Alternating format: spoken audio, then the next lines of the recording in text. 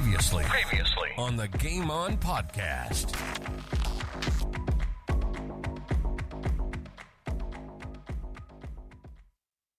Now, we do have to ask you one question here, Rick. Now, I've always been a believer as an opener. It helps if you're really good mates with your opening partner. And you were with Graham Wood, yet the two of you were kamikaze, and it was always virtually let's have a bet which one of the two of them is going to get run out. Yep. Mind you, it seemed to be you more often than Graham. I will say that Rick. But the two of you, for good mates, never really mastered the running between wickets as a pair, though. No. Still the best of mates. In fact, we probably text or call each other, once every week, once every couple of weeks these days, particularly during the footy season, where we've both got a bit to say. But running between wickets wasn't our strong suit, was it? But no, it was always entertaining. So how does that come about, though? I mean, who's calling what? Because you can't be running each other out that much. No. What we've both agreed on is that, say if you're running for, I was a bit quicker than Woody. Yes. All right. So if I was coming back for the third, he was just finishing the second. All right. So I'd come back for the third. Yep. And of course he wasn't ready to come back for the third, and so he would send me back, or I would send him back, or then there'd be confusion, and then all things hit the fan. So, but there was a bit of a census taken years ago where we worked out who was responsible and who wasn't. Well, I was responsible for running out Woody twice, and Woody was responsible for him running me out 6 times.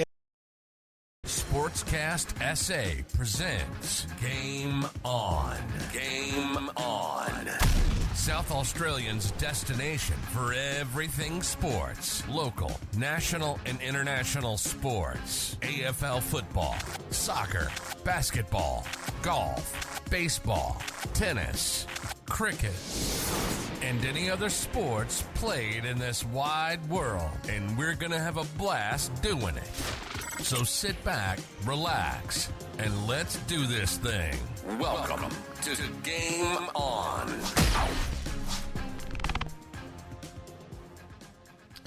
Welcome to Game On. My name's Pete, once again joined with Malcolm and Rick Darling. Part 2 was fantastic and obviously very topical at the moment, with the Adelaide Oval being used obviously for the test match in the cricket this week. And looking forward with your good self to catching up with Rick as we're recording on a Monday night, catching up with Rick tomorrow night at Adelaide Lutheran Footy Club, virtually the corner of South Terrace and West Terrace. Anyone can come, free to come along. Old-fashioned sports night sort of thing with John Harms and myself. Absolutely, looking forward to it, and also catching up with Rick as well. Around the grounds. All right, around the grounds today, we're going to talk some baseball. We're going to talk the SANFL with West Adelaide, the soccer, Adelaide United, and our special guest today is Nick Winter. So looking forward to that. But as per usual, mate, we're going to kick off with the AFL. We'll start off with Adelaide this time round. Adelaide sign Hinge until 2026. Yeah, look, he came down from Brisbane and been a success story, really, as a running back, also time on the wing, and it's really become a pretty important player for Adelaide. So, yeah, good luck to him. Of course, his brother and John played a couple of games at Adelaide as well. Yep. So, yeah. Fantastic for Adelaide to secure a fantastic player for another couple of years, another one of that young brigade that are coming through. So, and the Irishman entering the nest, the crow's nest. Yes, another Gallagher enters the crow's Yes. the crow's den. Obviously, there, I don't mind that sort of thing. So, look, interesting to hear him interviewed, and just it was something which dated back quite several years before COVID, and so Mitch Hinge signing on, as we said, and now Gallagher's committed. So it's look. Does that help someone like a Mark Keane? Obviously fellow countryman, obviously you would suspect that they'd probably be living together or as part of a group that would be together. That can only be a good thing to help players settle in. And we don't quite understand a player coming from another country or another culture coming to play in a totally different sport that they've not really been used to, even though the Gaelic footy is probably the closest thing to AFL that is going around. Yeah, Carl Gully, it's a chance also just someone else to feel at home and, go through your transition, what parts have you gone okay with, any parts you've really struggled, confide in each other a bit. Jeez, I can't do that bloody kick on the left. How have you gone there? On a purely footy side, but probably more importantly off the ground. Yep. And, what are you doing with your spare time? Yep. Now it sounds an unusual comment, but trust me, it's something the clubs really worry about with players because they have got free time, and that can lead to so many things. Gambling is probably the main one which clubs worry about. Yes. Because let's be honest, you could virtually bet 24 hours a day non-stop nowadays. So, well, with the access that we've got these days, you're exactly right. So, anyway, all right, let's move on to Port Adelaide. Positive signs at Port Adelaide that the faithful have signed on for 2024 as of today. Currently sitting at 47,084 members already committed. That is a fantastic result for Port Adelaide. It's interesting, isn't it? After all the carry-on about there'll be backlash for signing on Hinkley and all that, I think it's more hot air in the end and people get on with it. So, yeah. No, I think it's absolutely fantastic for Port Adelaide that that the crowd is showing their faith, and they are in an exciting period of time. I mean, we've talked about it over the last couple of weeks with the Fab 3 and, obviously a couple of recruits. They're recruiting for the here and the now. Which I think people would look upon that, hey, we're a chance this year. Radicalia and Soldo, Sweet, etc. So, I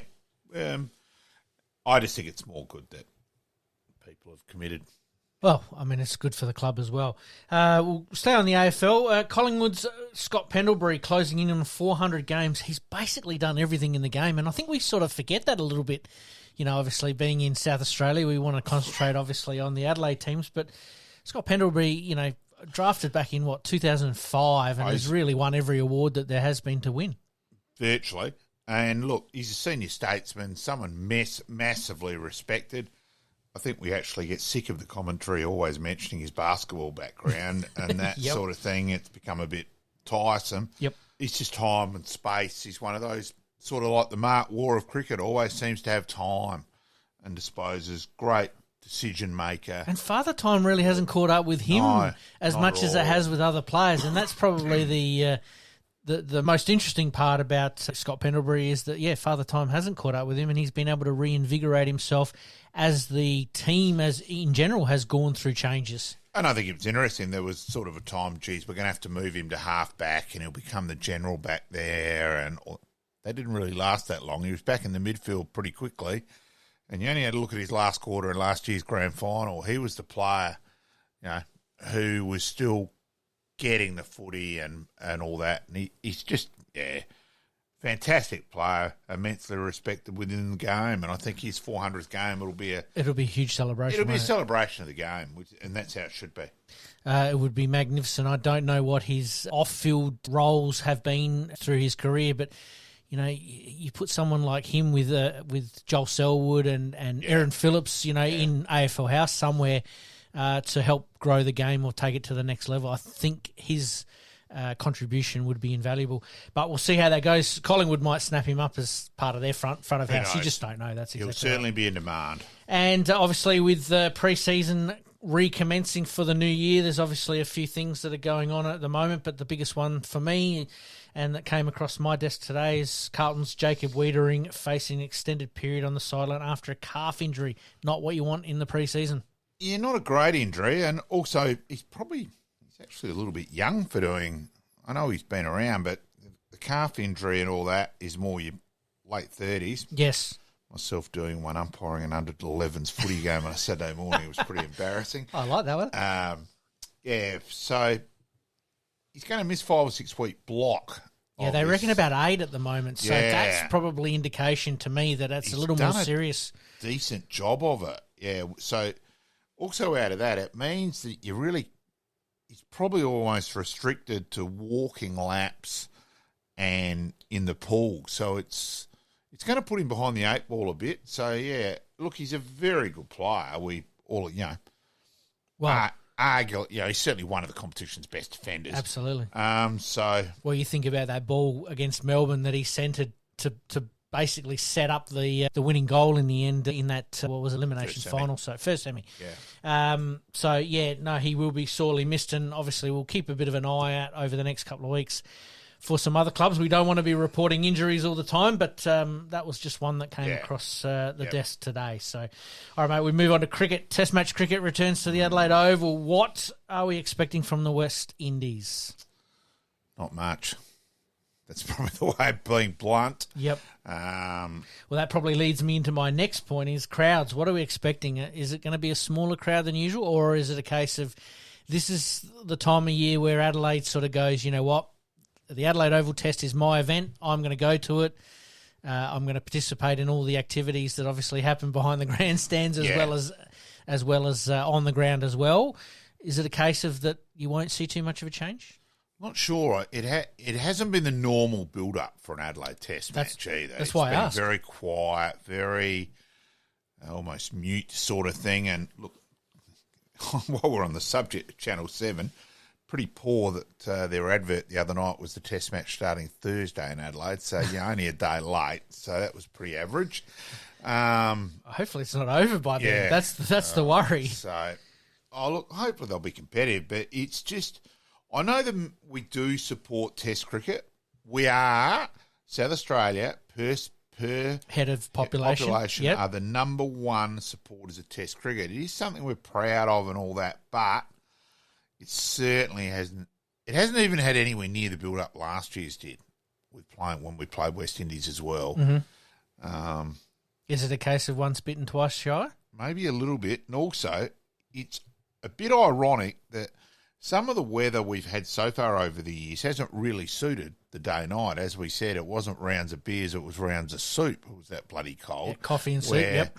The weather this week. Ironic, with not a day-night Test match, it looks like it would have been perfect for day-night Test cricket. So at this stage, they're predicting Wednesday as being the cooler of the days for the Test matches. So, that's going to be very, very interesting to see how that one plays out. But, I'm like I said, I haven't seen very much from a build-up point of view as well, hence the reason why we put it on the run sheet today.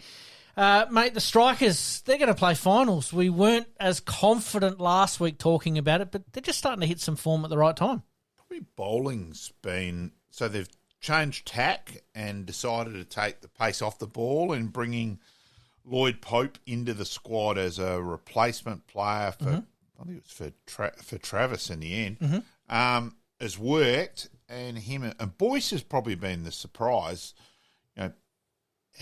Well, he had some big shoes to fill, let's be honest. But he's also been around the traps. Yes. He's been at numerous, like he was actually here once before. Yep. So he's been at numerous sides around the 2020. He was with Hobart. I think he's had a stint with Brisbane. I'm trying to think. So he's certainly been around. He's a Leyland brother. He's an extended Leyland brother. He's been here, there and everywhere. We'll do it.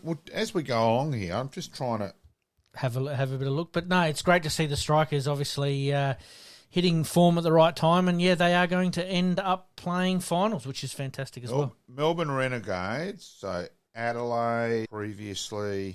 And the ironic thing is he's only played one Shield game since 2015-16. So he was with Hobart as well.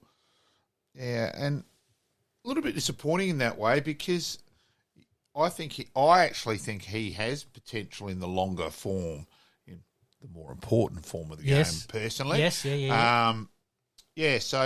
But he's been and Jake Weatherald, who'd struggled at the start, you would have thought, geez, might struggle a little bit. He's had a couple of average years.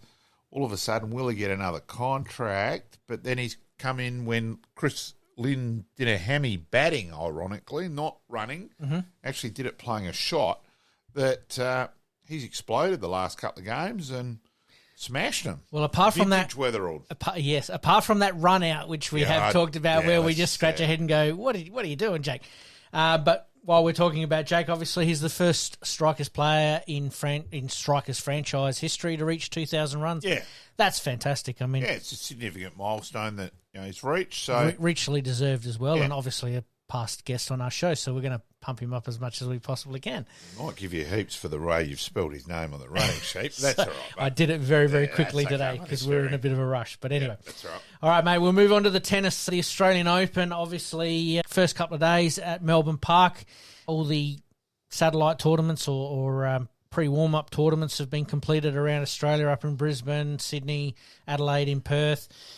And day one didn't disappoint with Novak Djokovic taken to his longest first-round match for a very, very, very long time.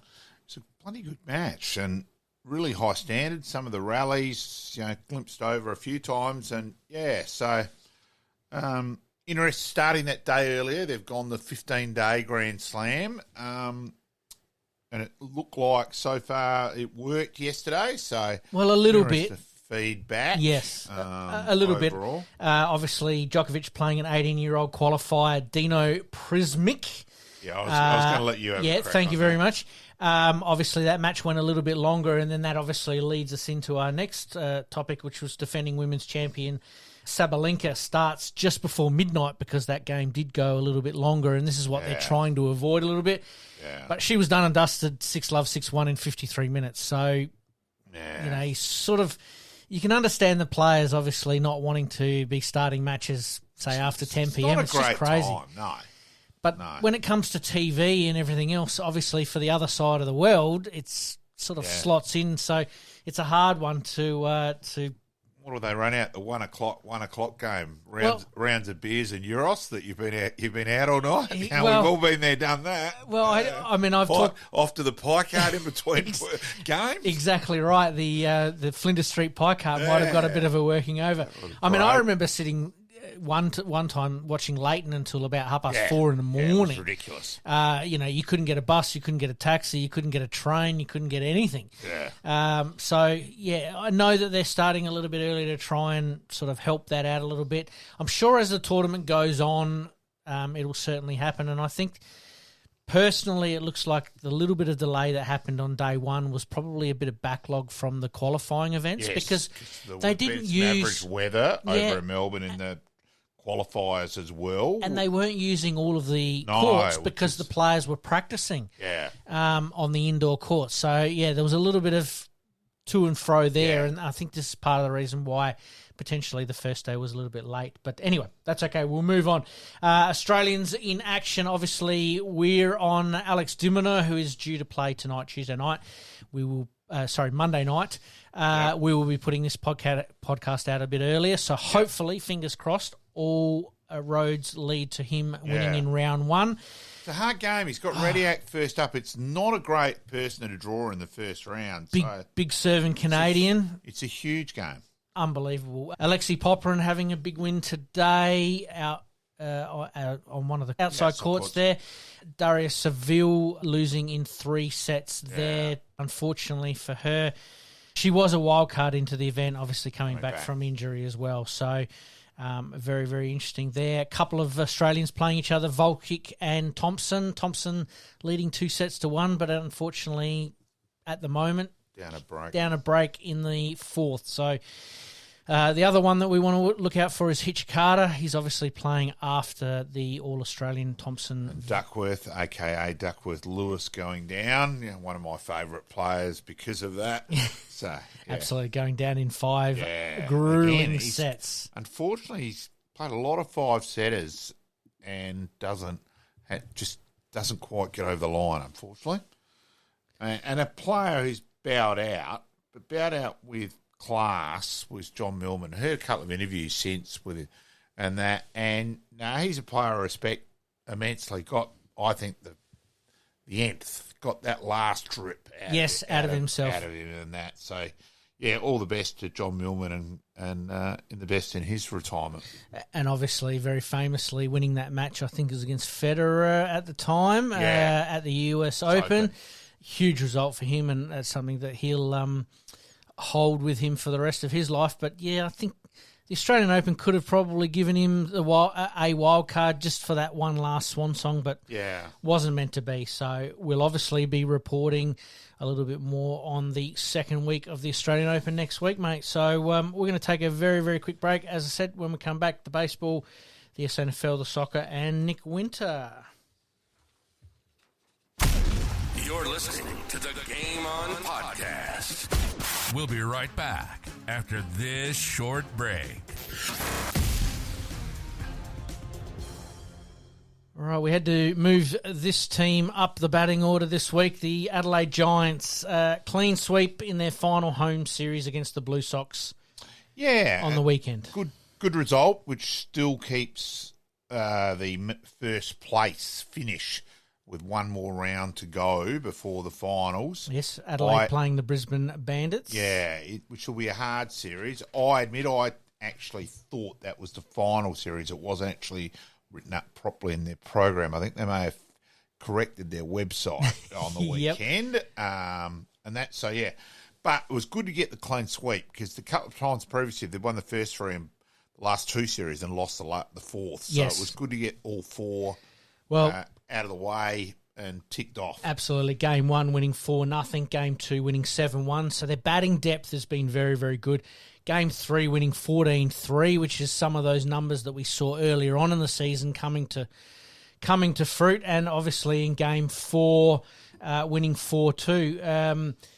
Brisbane, obviously, this weekend, it's a hard series. What do you do with the final round, with Adelaide obviously clinching top spot and a home final, a home prelim final? How do we see them playing this? Do they go hell for leather and try and keep the winning form going, or do they try and experiment with a couple of players that need a little bit of game time?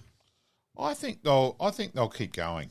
I think winning form is good form. Yeah, fair call. So we play the best of 3 game prelim final series, which starts on January 26th. Looks like we get all of those home prelim finals because we have finished top. The 1v4 at the moment, it looks like it's going to be the Melbourne Aces. So it's going to be very interesting to see how that plays out. But obviously the second v third spot, the lower ranked team, I believe, gets game 1 and the higher ranked team gets game 2 and 3. So it's a little bit of an interesting finals format this year, but obviously not splitting up the north and south, east and west type divisions. So it's just been a race to the finish, and the Giants obviously finishing top, and their tilt at back-to-back is what we're really looking forward to the most. And also, it was great to get a win for Quincy's 2000th game, which is pretty... It does show around the world how much baseball they play and how many different leagues and all that. But, 2000, it's a pretty mind-boggling figure. That is a big, big number, that's for sure. Yeah. All right, mate, we move on to the SANFL. This week we're going to talk about West Adelaide. West Adelaide's comings for 2024. Patrick Wilson, which we had talked about previously, obviously last week with Sturt, Brady Searle, Tom Rundle and Kobe Tozer. Yeah. Played obviously at Nord and that, so I've seen Co play a fair bit in the twos. Is that a case of just wanting a little bit more game time a little bit? More opportunity. We're actually hoping he was going to have a kick and a catch for Adelaide Uni at one stage. I'll certainly follow him with interest at Hisense Arena. Yep. Brady Searle is an interesting one for me. That's a very good pickup for them.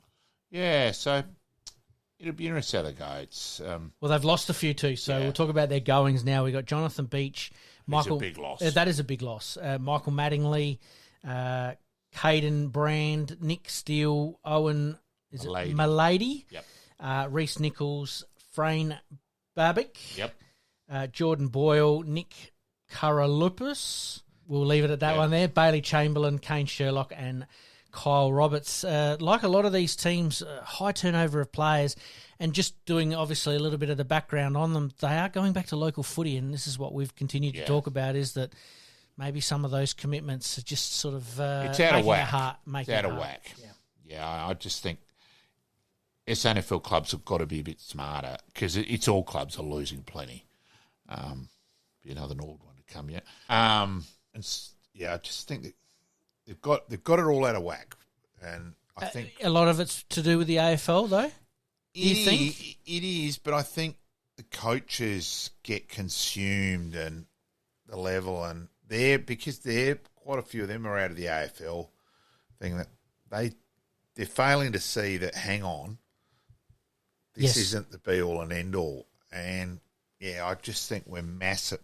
Personally, I think we're massively out of whack. It's okay for the youngster and all that, but all of a sudden, if there's 25, 26, you might be taking a step up with work, marry or kids, whatever. I really think we are virtually almost forcing the competition to become younger and younger. And Is it also a case of, though, that we like to, I suppose, pump up and push that, this is the second best league outside of the AFL, and that we're trying to maintain those high standards? Is it a little bit of that? Yeah, maybe. And obviously SANFL coaches are looking for that opportunity to re-enter the AFL system. Awesome. Yeah. So there's like you said, the balancing act is huge. So how do we see West Adelaide going this year? Oh, look, I think they'll struggle, being honest. I know, look, we're in January. We're the second week of January, or going into the third week of January. It's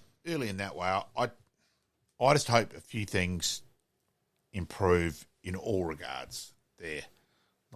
And that's not actually having a go at West Adelaide people, but let's just say it's a battle for clubs to still be solvent and trading and be around. Yep. Yeah. Yep. And that's going to be the next challenge that obviously we're going to be probably talking about as the year goes on. All right, mate, we're going to go on to the soccer. Adelaide United, we did talk about it. Huge win against Sydney 4-3 after being up 3-1 at the halftime break. They were 1-0 down at one stage, so first time all year that they've actually had to come from behind, and they did it in style. First time they've done it. Yeah. And it was, and certainly a game ebb and flowed, and a couple of Adelaide's goals were just clinical. The build-up was just brilliant. Precision was fantastic. You couldn't ask for much more. Obviously, being down 1-0 after 7 minutes, there was no panicking, obviously, from the Adelaide United coaching bench, and did very, very well to get it back. But Sydney didn't give up. Late, obviously, in the second half there, they went from 4-1 down to almost pinching the unthinkable and coming out with a 4-4 draw. Yeah, it was a nervous last couple of minutes. It was. So Hiroshi Ibuzuki getting a hat-trick. It's certainly the first... I'm trying to find it. It's certainly the first hat-trick from Adelaide in, I think it's nearly about 10 years. So can't exactly find that at the moment who scored the last one. But, it's... he set up the cross for Irakunda's goal as well. So he had a big game. He did have a huge game. Hopefully we get to keep him for a little bit longer and doesn't get traded as part of this next lot of trade window. So... Very, very important. Obviously, Adelaide United still building as the season goes on. Really looking forward to what they're going to dish up in the next couple of weeks. And they actually have a break now and don't play until January 25. The game this week, because Western Sydney Wanderers haven't got a stadium at the moment, gets postponed. Yes. Why that didn't get moved to over here, and then if Adelaide were due to play them again later on, switch that to there, I can't work out at all. You haven't got a stadium if we're not scheduled, not having the schedule and all that in front. Either way, that game for me should have been just played here. Yeah. Played here. Well, I mean, definitely don't want to forfeit a game. No. The game gets played, but... But it's interesting that, there's plenty of other stadiums that could be available. Well, considering they've just played the equivalent of gather round, so Adelaide played Sydney in Sydney, and it was an Adelaide home game. Yes, against Sydney over there. So I thought, therefore, hang on, you've already almost set the standard there. Yes. So it should have been here this week. But anyway. We'll move on. Yep. All right, mate, we're going to take a very, very quick break. When we come back, past players, past legends, Nick Winter, absolutely looking forward to this chat. Yeah, South Australian left arm, medium pacer, swing bowler. A role with Cricket Australia. Looking forward to having a chat with Nick. Absolutely, Nick, coming up after this short break. You're listening to the Game On Podcast. We'll be right back after this short break.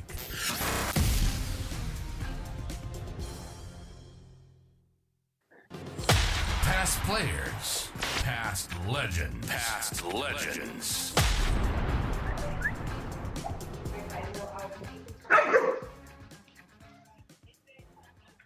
Welcome tonight, Nick Winter, and the dog in the background there, Nick, making sure you got plenty of company. Sorry. No, that's all right, mate. 22 first-class matches, 431 runs, highest score of 53. We will cover that. 78 wickets, average of 30, and lots of big bash clubs, etc. And we'll let you sort of cover that as we go along. Obviously, successful career also for Teatre Gully and Adelaide University, originally from Canberra. Welcome aboard, Nick. Thank you for having me. Appreciate it. That's a big introduction. There's a lot of teams there, like you said, and not as many games as I would have liked. But a good 10-year career nonetheless. It's obviously very fortunate to even reach the level, so I'm very thankful for it. Now, mate, Malcolm just mentioned there, obviously coming from Canberra, some early playing days in your juniors in Canberra. Is there a club or a school or a role that you were playing back then?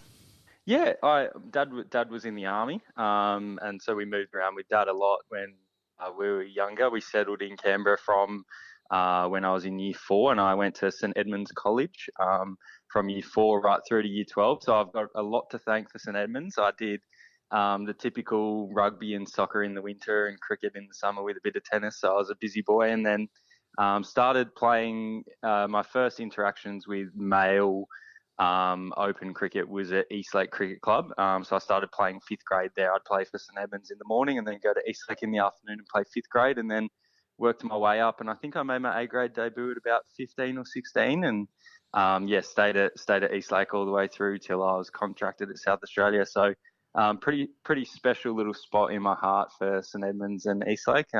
Got some good friends that I still keep in contact with, and Canberra was probably a good place to grow up because you got lots of opportunities. You played in the second 11 competition back then as the Comets, and I was well looked after. So yeah, I've got a lot to thank for my upbringing. Fair to say, cricket was number one then. Rugby. I went to a big private boys rugby school, so I played in the first 15, and that was actually probably more acceptable than playing cricket. So that was how you're sort of judged at school if you're in the first 15 or not for rugby. So I was fortunate enough to just sort of hide out on the wing in the rugby union team and kick a few goals. But it got to the stage where I started to realise that I was probably not built for rugby, and I was starting to actually do all right at cricket. So sort of made some conscious decisions around 16, 17, 18 to really put my time and effort into that. And we're fortunate enough to have Nick as our guest at sports camps a few weeks ago now. And interestingly enough, Pete, Nick had done quite a few of those himself. So it would have brought back a few memories there a few weeks ago there, Nick. Yeah, it did. That was so before Canberra with Sydney. As I said, we chopped and changed to a few cities, but I probably did 4 ASC. They were called ASC back in the day. Yep. So I did ASC camps with Tony Miles. So that was, in hindsight, it was probably Dad just trying to dish my brother and I off for a few days in the holidays to get a break. But as kids, we absolutely loved it. We had Doug Walters would come and do his batting masterclass and tell us to tuck our shirts in and put the pads on the right way. But it was just such great interaction. I reckon Scotch College, I reckon I've done 8 with Doug, and all I can say is that every drinking story you've heard about Doug is true. I'm convinced he's got 2 livers. He's incredible, yeah. I can imagine. Some of my best memories, Yeah, I was probably too young to have an appreciation for the character that Doug was, but he ran a well-respected clinic. We didn't ever dare step out of line when he was running his batting masterclass, so good on him. And this was right at the early days of of anyone trying a reverse sweep, and one youngster's asked him one day, how do you play the reverse sweep? Dougie said, it's a very easy shot to play. You attempt it, and I kick you in the arse. I've never forgotten that with Doug's reply. I just absolutely pissed myself. So he was, a great character. So You found yourself heading to South Australia in 2013 and 14? Yeah, I did. Yeah, so I played 3 under-19 carnivals. Just is the way with ACT, you sort of get a couple of goes at it because you play a little bit younger. And I didn't know it at the time, but we played South Australia in a second 11 match, and I had done quite well. I took forfeit, and unbeknownst to me, Tim Nielsen was watching, and that was on the back of a under-19 carnival where I think I was the second leading wicket taker behind Cam Valenti, but we both were quite high above the other sort of competitors. So, I remember I was at my Eastlake presentation dinner. I'd had, maybe a couple of beverages, and I got a call at night time from Tim Nielsen asking if I'd be interested in coming across to South Australia on a rookie contract. So that was one of the most special nights of my life, because obviously Canberra is designed to basically produce players to get poached by other states. Well, Brad Haddon was in that equation, wasn't he? Yeah. So to get that phone call was very special, and I had my teammates and family around me, so it was a pretty emotional little night, that. So, managed to get across in 2013 and 14. The rest is history. And of course, you were Teacher Gully originally, and then you actually started 15-16, did a decent, tore the muscle in your side, so that would have been frustrating there for a while there, Nick.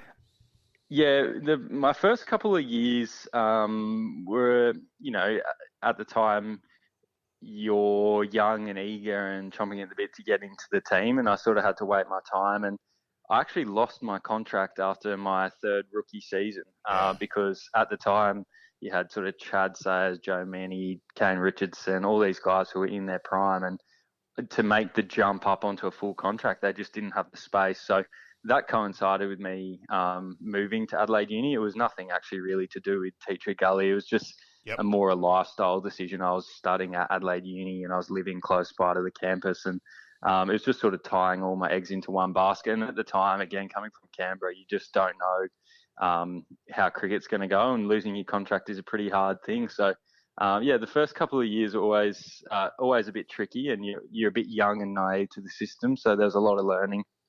After that 3-year period where I had the 3 rookies, and then obviously lost my contracts, and that's when I made that decision to move. And in between that, I had that little side strain as well that ruled me out of the Renegades. After my first year at the Renegades was actually quite successful, and I was building a little bit of momentum, and that side strain came at a pretty bad time. So, that's when I made the switch to Adelaide Uni and had a year off contract, but it was probably the best thing for me because you regained a little bit of passion for the game and just went out of the system, figured a few things out, and then came back in after a year out. So, Had a good year there. And, of course, you also played over for Plumtree. Tell us about that over at Nottinghamshire, mate.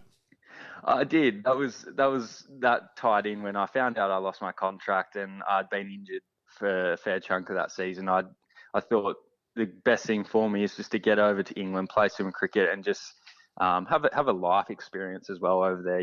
All the boys obviously talk about playing in England. I obviously couldn't play higher than local cricket because of not representing Australia, or I didn't have a British passport. But Plumtree was awesome. I stayed with a family called the Carters. They looked after me. Again, it was a very tough time for me, losing my contract, a little bit isolated and lost. So the Carter family looked after me, and playing in Nottingham, I actually didn't performed that well. I went back to England a second time and did a lot better, but I think the life skills and the experiences that I had over there, just traveling through Europe and learning how to perform as an overseas pro, they're all things that you can't actually, I guess, teach or learn until you're over there living in the moment. Go through also what you've studied, Nick, because that's quite interesting as well, mate. Fill us in there.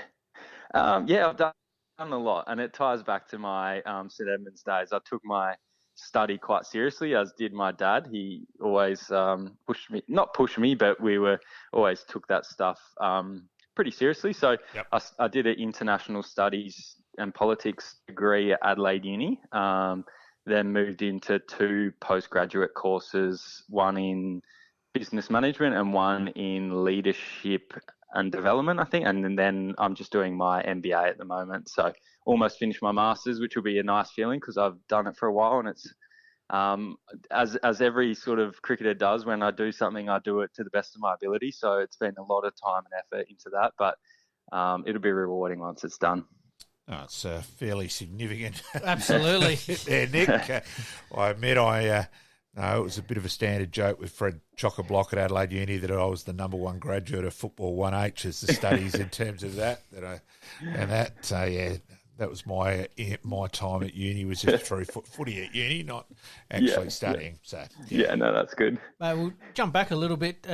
Obviously, You talked a little bit about the Renegades and being involved in the BBL. Just take us through some of those experiences. Obviously, you grew up in Canberra and you moved around a little bit, so the moving side of it probably wasn't the hardest part about it, but playing with different teammates and different competitions.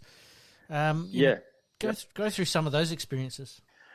Well, first of all, the Renegades one came out of the blue, and it was probably similar to my soccer story. I'd done quite well against Victoria in a Futures League game. You don't really know who's watching, and my manager called me up one day, and I think I was 20 or 21, and he just said, "Do you want to go to the Melbourne Renegades?" And I thought he was sort of joking, and obviously I made my way down there pretty quickly. And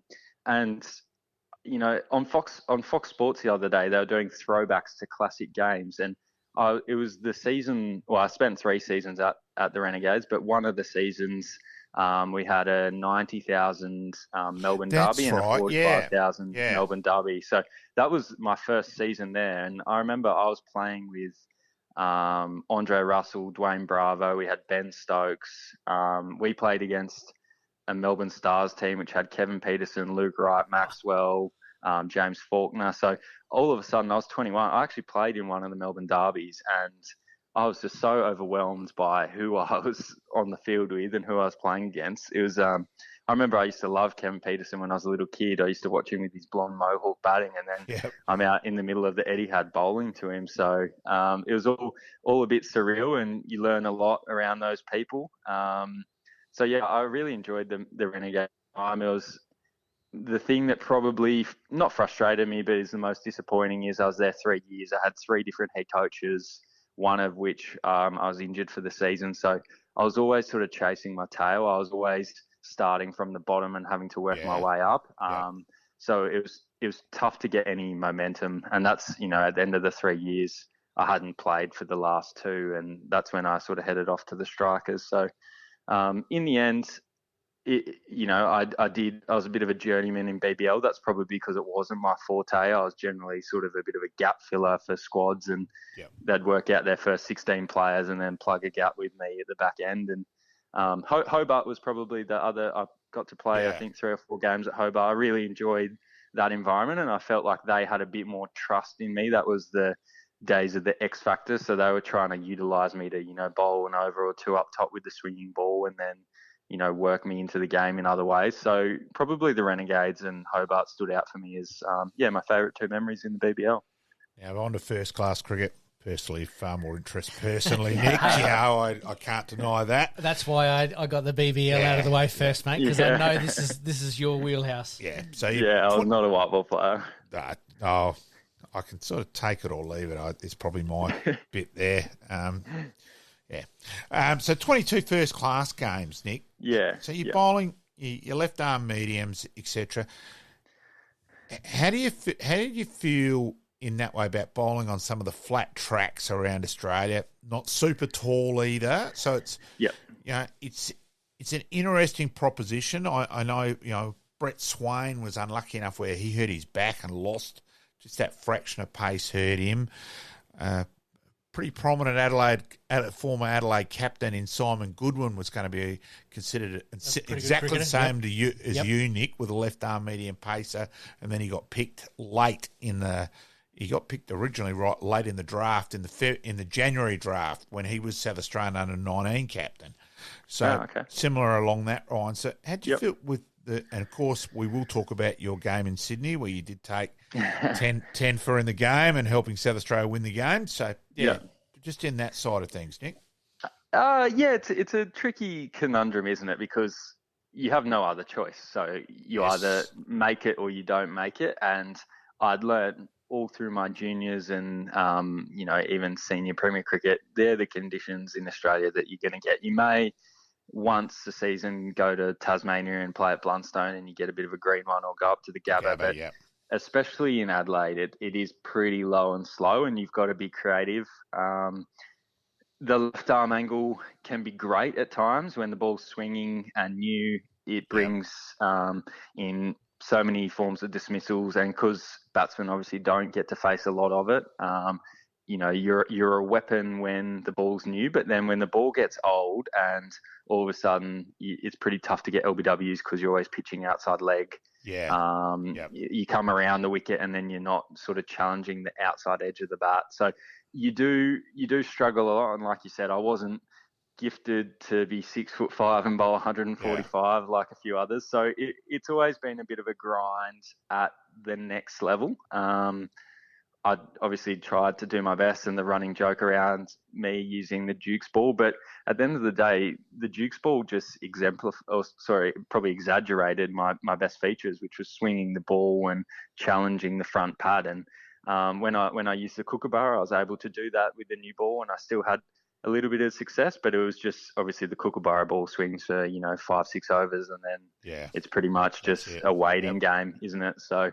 At the end of the day, that's what cost me, and that's why I only played 22 games, is because when the pitches got flat, I probably lacked that little bit of X factor. But on my day, and this is why when I went over to England the second time, that was on the back of me playing regular Shield cricket. I went over there with a Duke ball when the ball was swinging for 50 overs, and all of a sudden, you're taking big bags of wickets consistently because you're always in the game. So I don't want to be the typical bowler and complain too much. I would love to have been probably born over in England in some ways to have played over in those conditions, because that's fair enough. I'm definitely not suited to Adelaide, but at the end of the day, it probably at times makes it more rewarding when you walk off the field with 3, 4, 5 for, and you know that it's been a hard grind with your teammates out there to achieve that. You did develop your batting too, Nick, and it did show consistent improvement. You valued your wicket, probably developed a few more shots along the lines, and because you were the stoic sort of defensive partnership guy, but you did develop and work the ball around probably a bit more as got older there too, mate. Yeah, it did. Yeah, I think probably tying into that earlier point, when you're not the number one quick or number two quick, you've got to bring something else to the team. So I prided myself on trying to be the best of the bowlers. Found myself as night watchman, which at times wasn't great. Actually, I was with Josh Hazlewood the other week, and I just remember once I was batting in the morning of a Shield game, and he hit me in the head that morning, and then we got all out not long after, and we bowled them out, and we had 3 overs to bat. And Jake Weatherald, for some reason, had riled up the whole New South Wales team. And first ball he got out to Josh Hazlewood, and they were giving him an absolute send-off. And then they saw me striding back out for the second time in a day. And I just remember the look on Josh Hazlewood's face when he saw me for a second time. So those moments aren't fun, but I prided myself on my batting. I know I wasn't, again, super gifted, but especially where I was batting number 8, you were always batting with a batsman or a wicket keeper. So there was no excuses to go out there and throw your wicket away. If you're batting number 11 and you're with a number 10, you can go and have a slog. But I always had accountability on me to actually hang in there and just try and face balls, because if I was facing balls, then the batter at the other end had time to score more runs. I don't think you got massive respect around the traps for that you did value your wicket and you did give 150% all the time.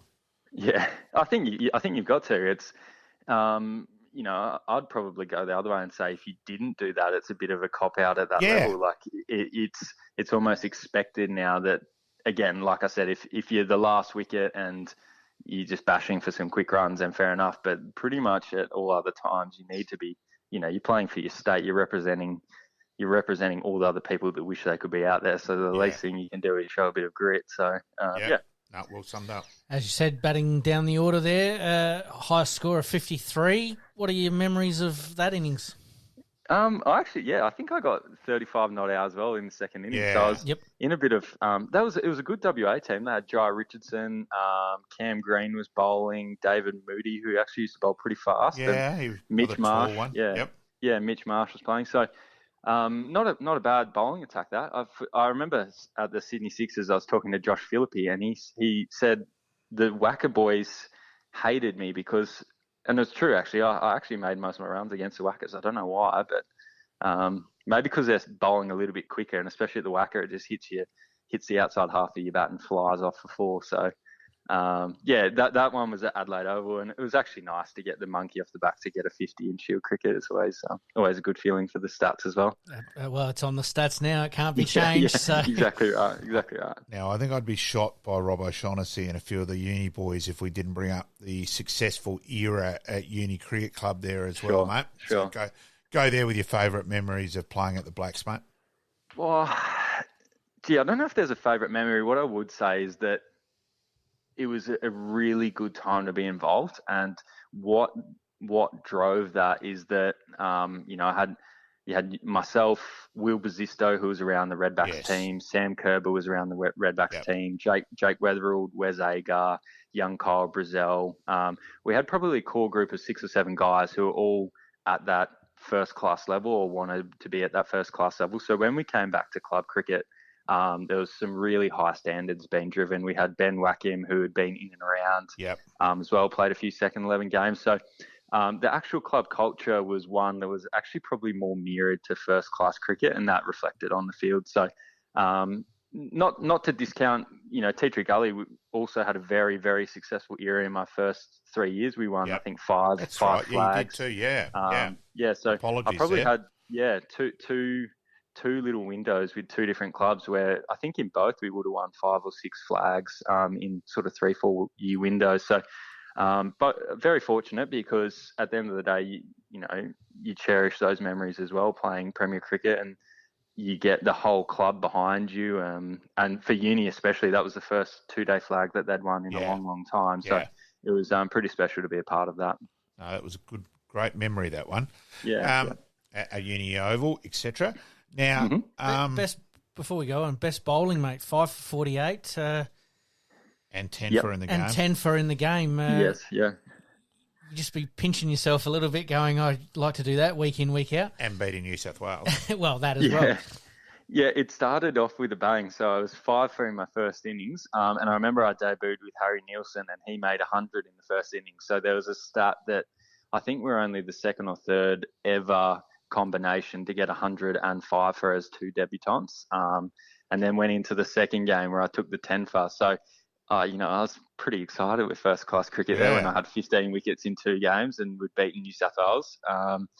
But no, it was funny because as soon as I got to 3 wickets in all of those innings, it was not selfish, but I was hunting fifers, and I think that's the mantra that all good bowlers have is you want to be influencing the game and dominating the game. So in all of those occasions, and whenever I bowled, but especially when you've got 3 or 4 and it's your day, you've got to capitalise on that, especially at first class cricket, because you don't get those chances too often. So the 10 for at the SCG was obviously super special. I had my family watching. They'd driven up from Canberra. The first time I'd ever played at the SCG, there's that aura about New South Wales. Yes. So to beat them at their home ground, to win, I lived with Daniel Worrell when I first moved to Adelaide, and he took, I think, back-to-back forfers or a forfer, I know, in one of the innings. So, we'd contributed quite significantly with the ball there, which was very special to get my first win. With those guys. And Nick, the other thing though, you've always been pretty switched on and realistic of where career and all that was at. So your role as the representative with Cricket Australia and go through how that's evolved and what you're currently doing and fill everyone in. Because that's a newly created role, if I'm led to believe. Is that right? So I was delegate for South Australia for I sort of dipped my toe in the waters, and then when Alex Ross lost his contract, there's 2 per team. I reached out to Callum and said that I'd be keen to fill the role of delegate, and that was partly for the opportunities while I was playing, but it was also to set myself up for post cricket.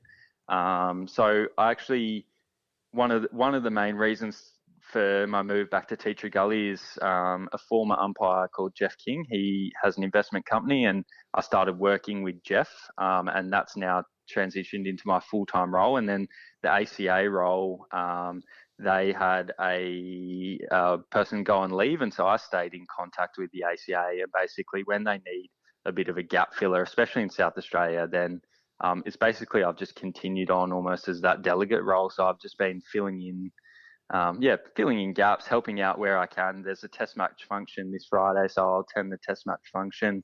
And it's just good to keep me in contact with the boys. So obviously I'm no longer playing, so I can still go and hang around the South Australian boys, see what's on their mind, see if there's any issues pressing. I'm sure there's not too many, but it's a nice way to stay involved with cricket. And what did you do with the test match just recently, the Glenn McGrath pink test, etc.? Go through that, mate. Yep. Yeah, so just was with the team, helping them out with a few different little bits and pieces, more logistics behind the scenes. And this was just on behalf of the ACA again. So they needed someone just to step up and fill in for a couple of days while the normal person who travels with the team was away. So just helped liaise with people up in Sydney, organise some of the events, the New Year's, the J McGrath High Tea, even a little bit to do with Dave Warner's. He had a little bit of a function after the match. So just being able to be in and around the inner sanctum, see what the guys are like in at the team hotel or behind the scenes, it was a pretty cool experience. Could have pinched a cap while you were there, mate. Yeah. Oh, that was my first day around the team, and I was like, Jesus, what's happening here? So that would have been a bit different. Yeah. Do you have a nickname, Nick? No, I don't. Pretty standard. Just anything like Wince or pretty basic. The boys didn't get too creative with the last name with Winter. Anything to do with Snowy or anything like that. I think we might have to give you one on the podcast. You talked about being the man for all occasions and filling in everywhere. I reckon Sally's would probably be a pretty good one. That's not a bad one. That's not a bad one at all. Bad. It might take some explaining though when I have to tell people, but I do like that. That's actually a good one. We'll work on some sponsorship for you, mate. Yeah, that'd be good. That'd be nice. Yeah. So Nick, in terms of also fatherhood and all that recently and along those lines, so life gradually moving along in that way too, mate. It is. Life is certainly moving along very fast. So I had little Bernie in 2022. Yeah. So sorry, time does move really fast when you're counting back those years. We got married as well in 2021. There was a little bit of issues around COVID, so delaying weddings and whatnot. So it's been a hectic few years. So Bernie's now almost 2, and then we've got another little bub. We don't know what sex yet, but another little bub coming in 4 weeks. So it's an exciting time.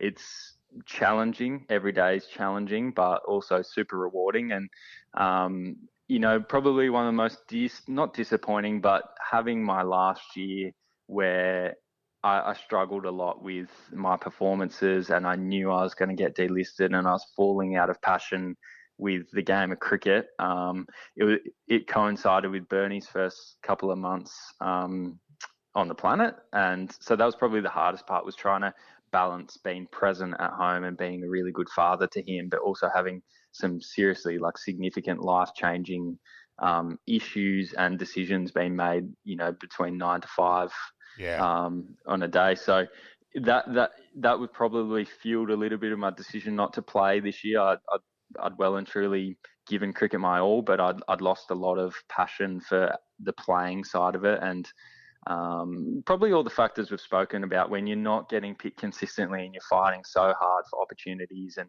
you give it your all, you sort of get to the end of it and you're just completely drained. And for me, it was time to put my time and effort into being a father and finishing off my studies and getting into the workforce. And I've actually started doing a lot of ultra running with Johan Botha, and he's inspired me a little bit. So I did a half marathon race yesterday, and I did an ultra marathon race with Johan back in September, and I've got a couple of plans to sort of dive into some triathlon stuff later in the year. So I'm fueling my competitive side that way, but just not chasing a red ball around all day.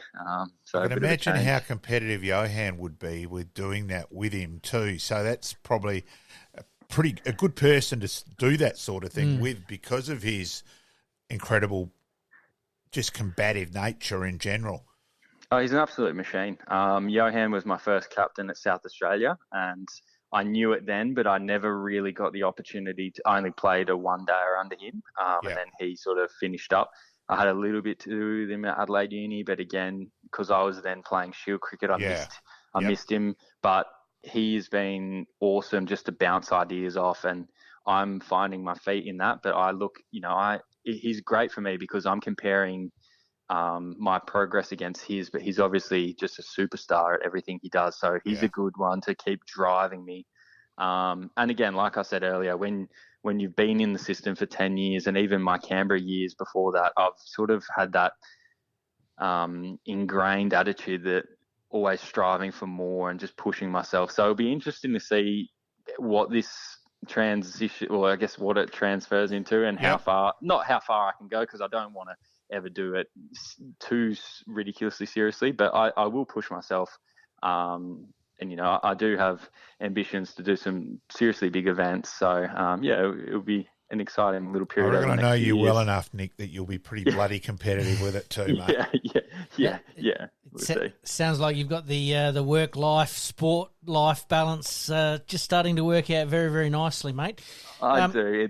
I was just going to say, you need a supportive partner, because even the ultra distance training actually does end up taking a little bit of time, and she is very supportive of me, but she knows how I operate. And for me, my biggest sort of mental relief and my biggest way to calm myself down is actually to go out and train. It's just something I've always done. So I'm gymming pretty much every day and running pretty much every day, or some form of cardio. So that's my, way to release tension, and then she can watch some gossip drama at night time, and I'll do the baby. So. Absolutely. That does bring back similar memories there as well, mate. All right, mate, we'll get you out of here on this one. Who are some of the best players you've played with and against? We'll start off with who you played with. You can pick two or three. Yeah. I'm just trying to think. It's a good question. Travis is obviously, you watch Travis bat sometimes and he just blows you away because of how, he looks like he's playing stick cricket at times. He just hits every ball wherever he wants. I'm trying to think of an individual player from the Sydney Sixers, maybe Moses or Sean Abbott, but they, as a whole, the Sydney Sixers team actually really impressed me. Their culture that they had of I probably wasn't used to it coming from Saka because we hadn't had a lot of success, and I went into the Sixers environment, who obviously were the polar opposite. They're just winners by nature, and they've got Dan Christian and the New South Wales boys, and I was just sort of taken back by their way of going about cricket. They just, no matter what or who, they would be disappointed, borderline disgusted if they lost any game. And it was just expected that they won. And that probably flowed into their cricket. They were just always confident and, one step ahead of the opposition. So, probably Heady, obviously, his batting is just superb. But as probably team-wise, maybe the Sydney Sixers were, really special to be a part of. Yeah, unfortunately, it's just an attitude we've never managed, Yeah, I'm 60 and we've never really managed it. Probably a little bit under Ian many moons ago. Probably the closest I think we ever had to having that. Yeah, so a bit frustrating in that way. Yeah, it comes from success, doesn't it? When success breeds success, and I can imagine when you had sort of Dizzy and Buff and Jamie Siddons and that core group of players as well, that would have been a tough team to play against from an opposition point of view. But yeah, like you said, I probably never quite nailed that in my 10 years. And the boys this year are getting closer, but again, that's, you want to be, you're not there to come third or fourth, are you? So you're there to win. And that, I think you're right what you said with Jamie there, that the year we lost the Shield, we did the unthinkable. We managed to get Queensland their first ever Shield win, but then won it the next year. So we were around the mark there, and we just missed a final as well. So we were around the mark there for a real 3 or 4 years where that, again, you're probably right in terms of just that belief and that sort of thing came aboard. No, I can imagine. Hey, mate, greatly appreciated, Nick. All the best. No worries. With your roles there, and all the best with the ultra side of things. And thank you. Look forward to catching up and chatting more along those wise as well. So thanks, mate. No, I appreciate that. I might see you guys at the test over the week. So thanks for having me on. No, thank you, mate. Absolute pleasure. No, I'll speak to you guys later. Thank you. Bye. Liking this podcast? Please like, rate, and subscribe.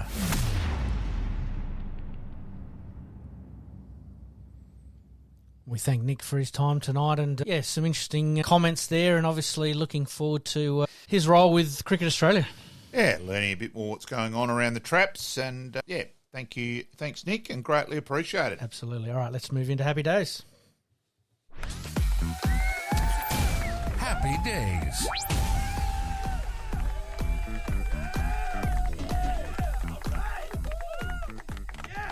All right, we're going to kick off Happy Days with happy birthday to Chase Jones, born in the year 2000, so that'll make him 24 this year. Adelaide snapped up Jones with the number 9 pick ahead of the 2019 season. The midfielder forced his way into the Crows' round 1 side as a small forward on the back of impressive form in pre-season competition.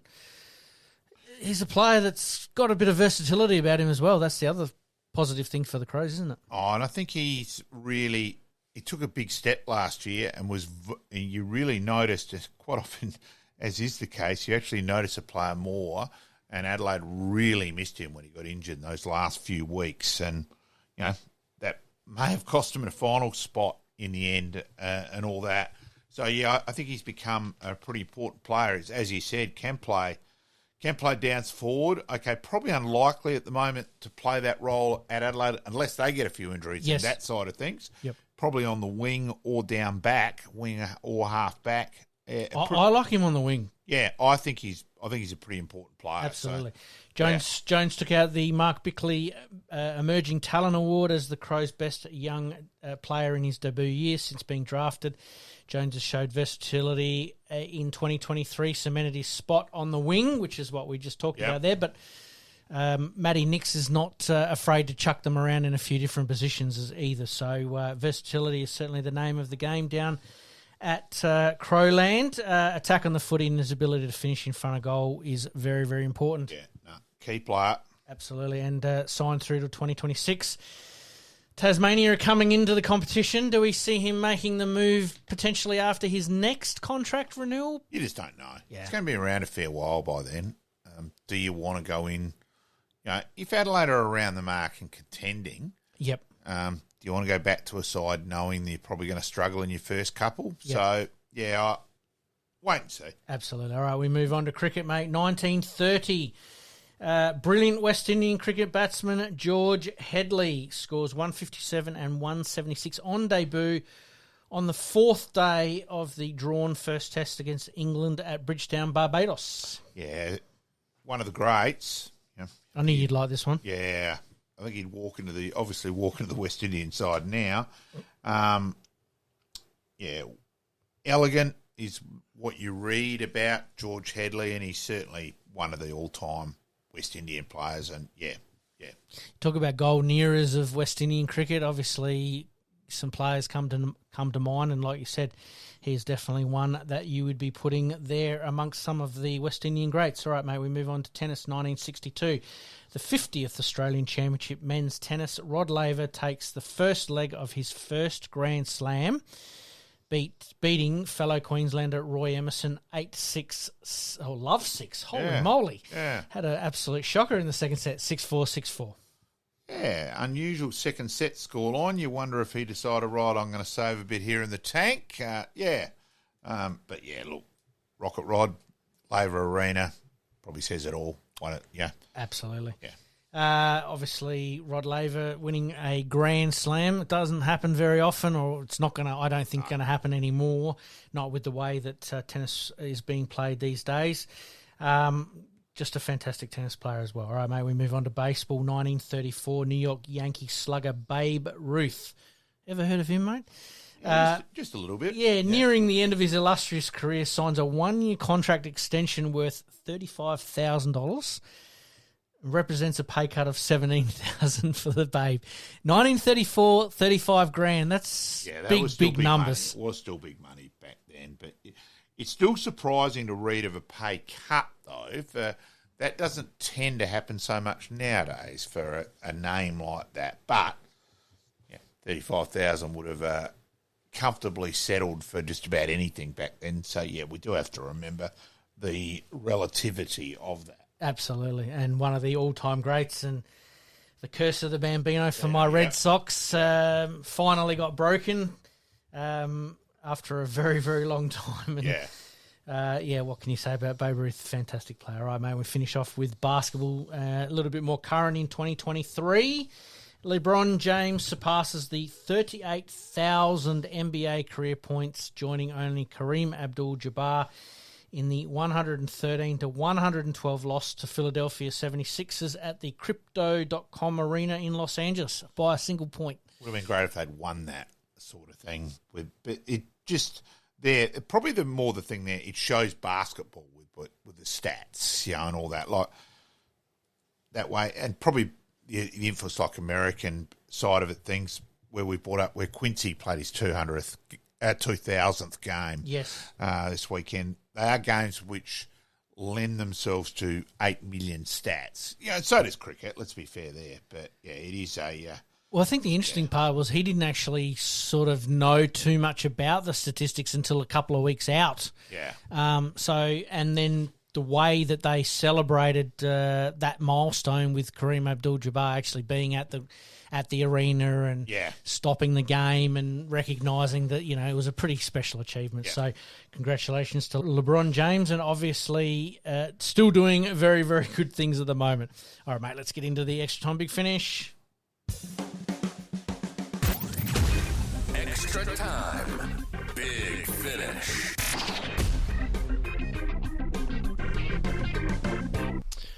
The Adelaide 36ers will kick us off today. We've moved them down the batting order a little bit. The winning streak is over at 1.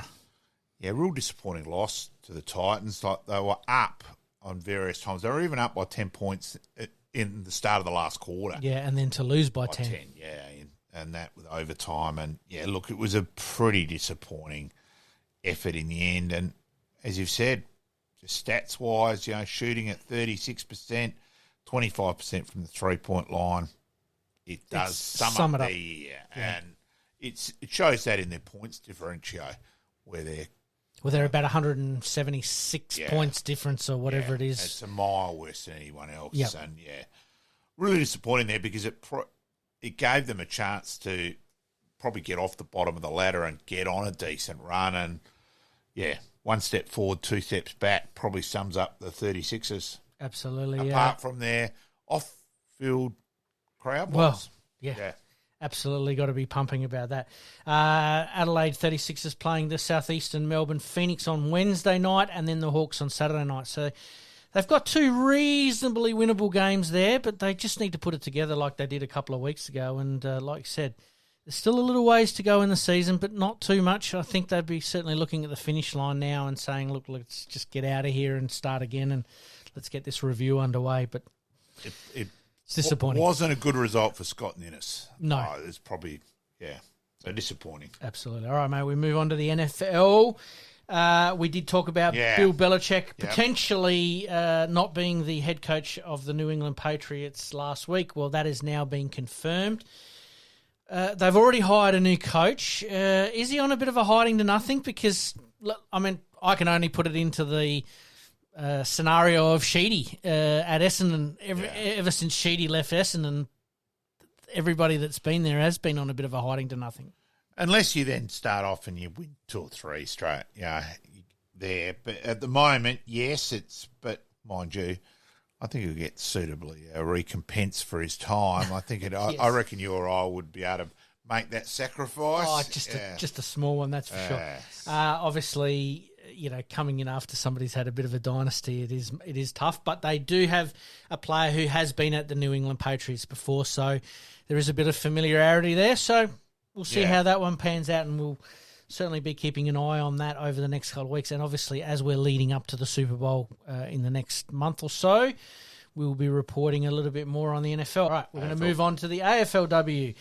Port Adelaide finalised their coaching structure by adding Daniel Merritt and Kelly Bartrop to its panel. Interesting with Daniel Merritt, and probably a bit of common sense too, because he's actually come down for a role with Sturt in the SANFL, and obviously though the seasons there probably don't clash and all that. So it's an interesting appointment. He was pretty heavily involved with Brisbane and that, so the premiership side. So it's probably a bit of a coup, I think, for Port in that way. So, interesting that obviously Port Adelaide finalising their structure with some experience there, that someone has been part of an experienced program, and Port are still on the build. I mean, we have to remember they've only been in the AFL W for a couple of seasons, so it is a fantastic coup, as you said. All right, Port senior coach Lauren Arnell welcomes a healthy baby girl just a few days into the new year. Congratulations. Yeah, all the best to Lauren there. So healthy baby girl, so which is very, very good. And to finish us off on the AFLW, obviously we are a little bit out of season, so some of the news is a little bit hard to come by, but Ian Hatchard just goes on a bit of a run during her off-season and smashes the quarter marathon in Louisiana, becoming first female in her class and also fourth overall for the event. So not too bad. You wonder whether athletics might say, hey, sunshine, there's a thing called Olympic Games and all that. Yeah, it is. I think Adelaide, Matty Clark will be on you if he's listening to the podcast going, shh, don't say anything. I can't afford to lose a very, very good player in Ian Hatchard. She had a fantastic year as well. Yes, I'm sure that Adelaide would have thought of that straight away. So, it does show, though, it's probably other thing there that it's a big tick to the Crows' fitness side of things, that really probably wouldn't have done a huge amount of training for running a marathon, you wouldn't have thought. No. And to come out and do that, it's a big tick probably for Adelaide as well. Absolutely. Just a lazy quarter marathon in Louisiana there. So congratulations to Anne there, and a couple of things to just finish us off. Why are so many stars leaving Nike? Tiger Woods has confirmed that he's leaving Nike, and Michael Jordan obviously recently as well. Very interesting. Yeah, but you do wonder if they decided internally, well, hang on, is our return not matching investment for these millions and millions and millions of endorsements? So I actually don't mind that.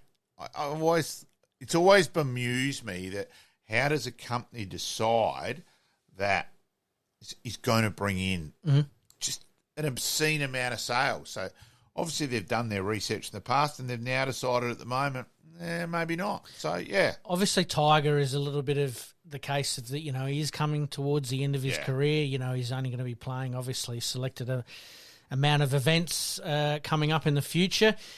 His son has signed with a company. I need to actually get the name of this company, but it looks like Tiger might be sort of heading over there with his son, but in a little bit of a case of maybe a little bit of equity in the company as well. So there is opportunity there for them to potentially take a brand, a no-name brand or an emerging brand, and really pump it up with their celebrity status to further, their sort of career as well. So it's going to be an interesting one as well. Yep. And then to finish us off on some general thoughts, players' weights in the AFL not being published. What are your thoughts, mate? I mean, obviously there's a lot of comments going around at the moment that it's the softest thing we've ever had done, and I think it's going over the top. It is a bit going over the top. I think the other problem is it actually means the commentators can play around more. You've heard it before. I think probably the best case was Tom Hawkins standing, I'm trying to think of the Port defender and all that, and it was, now they'll just invent whatever figures. Yeah, he's given away 10 kilos. Maybe it's 20. Maybe I just think, I don't really think it achieves anything.